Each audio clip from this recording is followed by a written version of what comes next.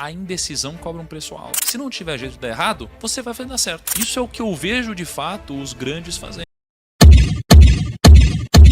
Eu tinha atingido minha liberdade financeira com 26, 27 anos, foi cedo. E aí eu comecei a pensar, caramba, cara, como que eu consegui atingir minha liberdade financeira, né? Porque, por mais que eu tivesse tido muito amor na minha vida, eu tive muito perrengue também. Então eu era o cara que eu trabalhei como barman, como garçom, né? E eu lembro que no momento que os meus amigos estavam indo nas festas para se divertir, né? Então eu lembro que eu trabalhava mais do que todas as pessoas que estavam ao meu redor, né? E a maioria das pessoas não se preocupavam com isso. No final de semana eu trabalhava, a maioria não se preocupava com isso. Então eu tive um momento muito difícil da minha vida em relação a esforço, em horas de trabalho. E chegou um belo momento que eu atingi minha liberdade financeira. Eu falei, caramba, peraí. Com certeza eu dei algum tipo de sorte, mas eu devo ter feito alguma coisa certa também para ter atingido minha liberdade financeira tão cedo em relação às outras pessoas. E comecei a estudar na época. E uma das pessoas que eu estudei tinha sido Napoleão Hill, né? O Napoleão Hill foi um cara que estudou sobre riqueza na época dele, né? No tempo dele. Só que num tempo onde não existia internet. E aí eu me questionei, poxa, será que existe algum motivo do porquê as pessoas prosperam? E eu pensei, como temos acesso à internet hoje, imagina como a gente não pode fazer uma análise muito mais quantitativa do que ele fez na época dele. E aí foi daí que a gente começou a ir em busca do porquê algumas pessoas prosperam e outras não. Será que existe um código? Um dos primeiros grandes nomes que tinha conseguido tinha sido Chris Gardner. Na época da escola de vocês, tinha aquela aula onde a professora faltava e todo mundo assistia filme? Tinha, não tinha? Na minha também. E aí era sempre o mesmo filme, cara. A Procura da Felicidade. Era o mesmo filme, cara. Era sempre esse mesmo filme. E aí, mais pra frente, talvez por uma inspiração disso ou por um acaso, eu virei um assessor de investimentos. Que era exatamente o que o Chris Gardner fazia no filme A Procura da Felicidade. E eu virei justamente isso aqui no Brasil, então ele era um dos meus grandes ídolos. E aí quando ele vinha pro Brasil, eu fui um dos caras que tive acesso a conversar com ele. E aí eu fui pro hotel onde eles estavam hospedados pro evento, e eu sempre fui um cara de me esforçar mais do que a média. E nesse dia, tinha um horário para gravar com o Chris Gardner. Era 11 horas que eu ia gravar com o Chris Gardner. Só que eu tinha chegado extremamente cedo esse dia. Eu nem lembro se tinha chegado 5, 6 da manhã, sei lá. E aí, a gente muito cedo preparou tudo. Então já tinha poltrona, já tinha câmera, tinha tudo isso. E devia ser, sei lá, nem 7 da manhã. E nesse dia ia gravar eu, a Forbes, a Globo e o BTG Pactual na época. E aí, por algum motivo, o Chris Gardner ele veio mais cedo. Tava ele com uma assessora e a assessora olhou para mim e falou assim, não, a gente não vai gravar com esse menino agora não. É só depois e se sobrar tempo, né? Aí o Chris Gardner olhou que eu tava pronto. Aí ele falou, não, vou gravar sim. Aí ele veio andando, aquele brutamontes assim. Aí ele falou, garoto, eu vou gravar com você porque você tá pronto e os profissionais estão sempre prontos. Aí eu lembro que uma das primeiras perguntas que eu fiz foi, por que você tem 2 relógios? Aí ele falou, porque eu não tenho tempo pra perder.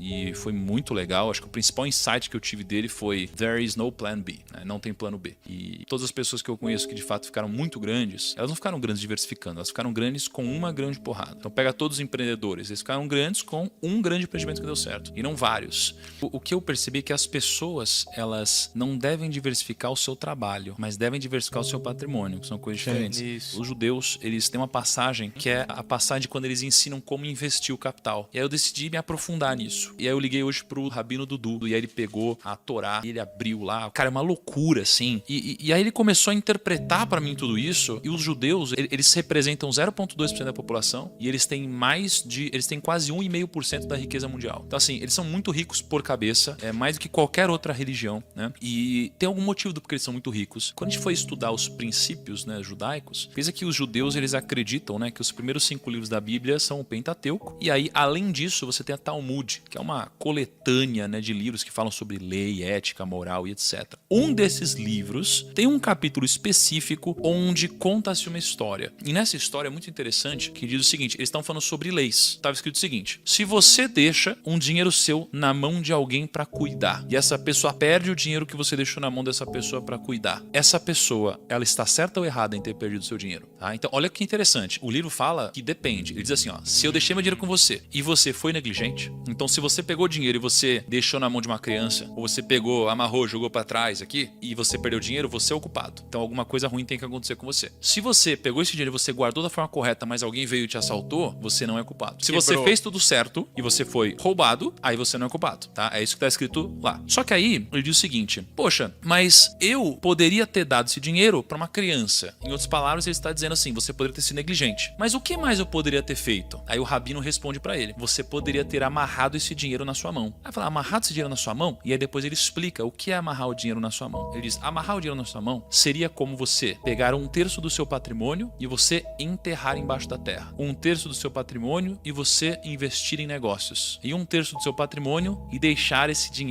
esse dinheiro não, e deixar essas posses abaixo da sua mão. Então ele diz, basicamente, que para o seu capital, você deveria diversificá-lo dessas 3 formas: terras, negócios e posses que estejam abaixo da sua mão. Ou seja, real estate, ações e reserva de valor. Então é muito interessante quando a gente fala sobre diversificação e quando o Chris Gardner fala sobre plano A, que eu vejo que o que te enriquece é o trabalho. Então no trabalho não existe espaço para plano B, C, D, é um único plano. Por quê? Porque se não tiver jeito de dar errado, você vai fazer dar certo, tá?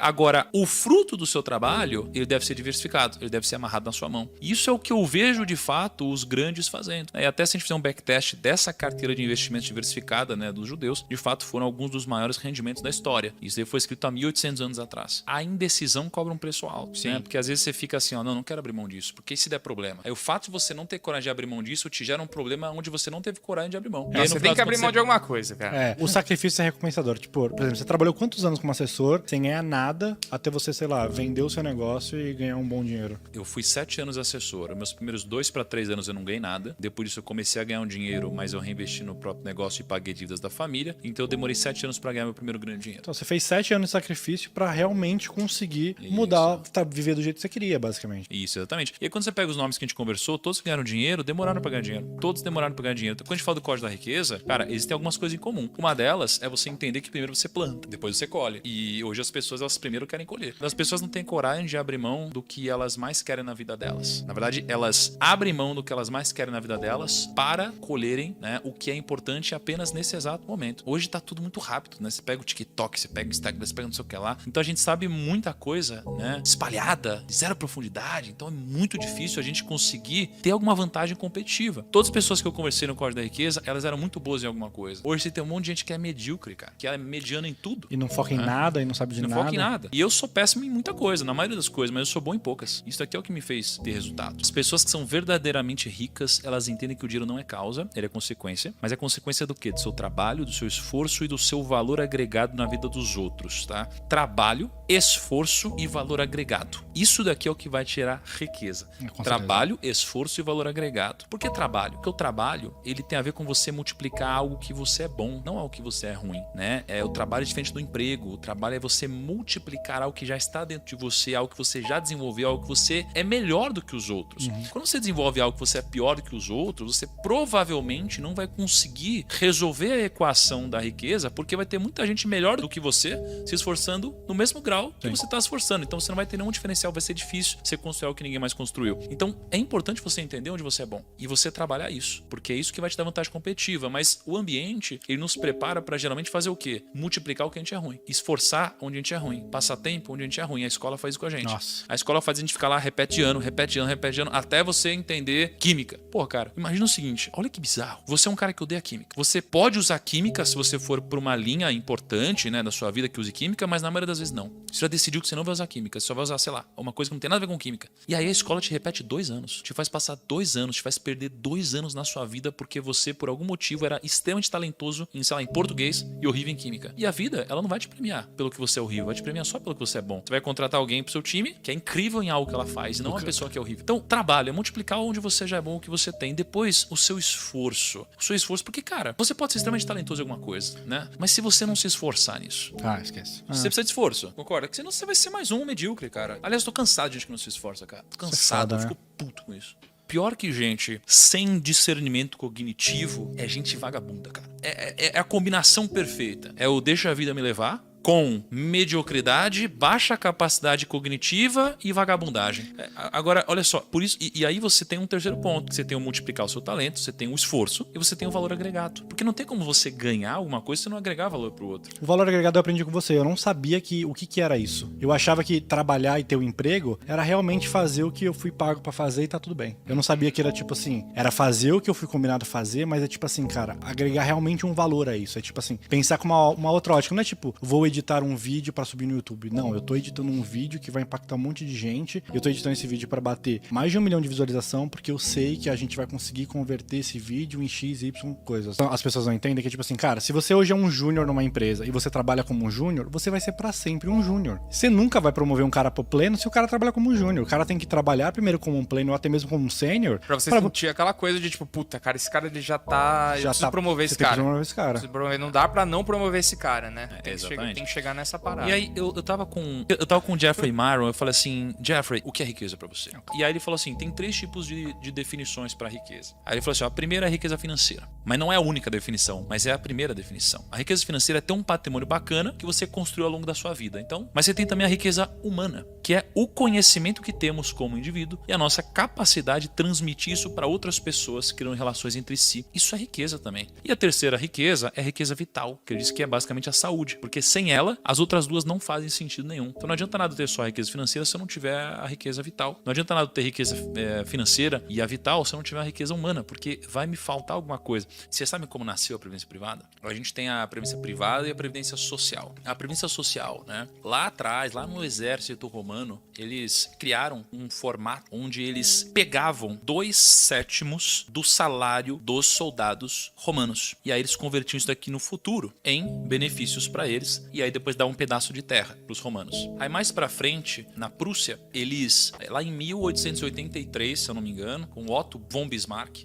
eles basicamente criaram um mecanismo onde eles pegavam uma parte do salário dessas pessoas, né, dessa contribuição, para que no futuro eles pudessem se aposentar. Então aqui você tinha uma previdência social começando a ser criada porque as pessoas nunca se planejam para o futuro. E o que acontecia? A média de idade aqui era de mais ou menos 35 a 45 anos, a expectativa de vida. Então, olha que interessante, naquela época, algo que era desordenado funcionava porque era desequilibrado pelo lado do governo. As pessoas, elas morriam antes de colher o benefício. Com o passar do tempo, imagina que o governo, né, lá na época da Europa, assim, o governo começou a ter muita grana sendo acumulada e eles não devolviam o benefício, porque as pessoas morriam antes. Né? E aí começou a fazer o quê? Começou a gastar isso tudo. E quando eles começaram a gastar, com o passar dos anos, eles começaram a ter alguns problemas. O problema é que as pessoas começaram a viver mais, a expectativa de vida aumentou. O segundo é que os gastos do governo também aumentaram. E conforme foi passando o tempo, chegou uma hora que criou-se um rombo, né? Porque a previdência social é muito dita por aí que é uma das maiores pirâmides do mundo. Porque de fato a gente paga hoje, não para o nosso futuro, mas sim para bancar quem está aposentado hoje. E só que foi ficando tão mais caro que antigamente muitas pessoas no Brasil pagavam para sustentar quem está aposentado. Hoje, pouca gente paga para muita gente que está aposentada. E por causa disso, a previdência social deu todo esse rombo no Brasil, que tá todo mundo falando, né, da reforma da Previdência e tal. E daí criou-se a Previdência Privada, que era a possibilidade do próprio investidor, contribuinte, empregado, enfim, montar a sua Previdência. E isso daqui é uma ferramenta para que você faça as coisas no timing certo, e as pessoas que não fazem as coisas no timing certo não conseguem desfrutar das coisas também no timing certo. O timing do desfrute das coisas não é no imediatismo. O timing do desfrute das coisas é depois de você passar por um processo de construção. E as pessoas invertem essa ordem. Elas fazem tudo ao contrário. Quando elas têm saúde, elas destroem a saúde delas. Aí quando não sobra mais saúde, elas são obrigadas a trabalhar. Quando elas são obrigadas a trabalhar, elas não investiram em se capacitar. E agora elas estão competindo com quem fez isso. Você entra num ciclo onde você tá ferrado.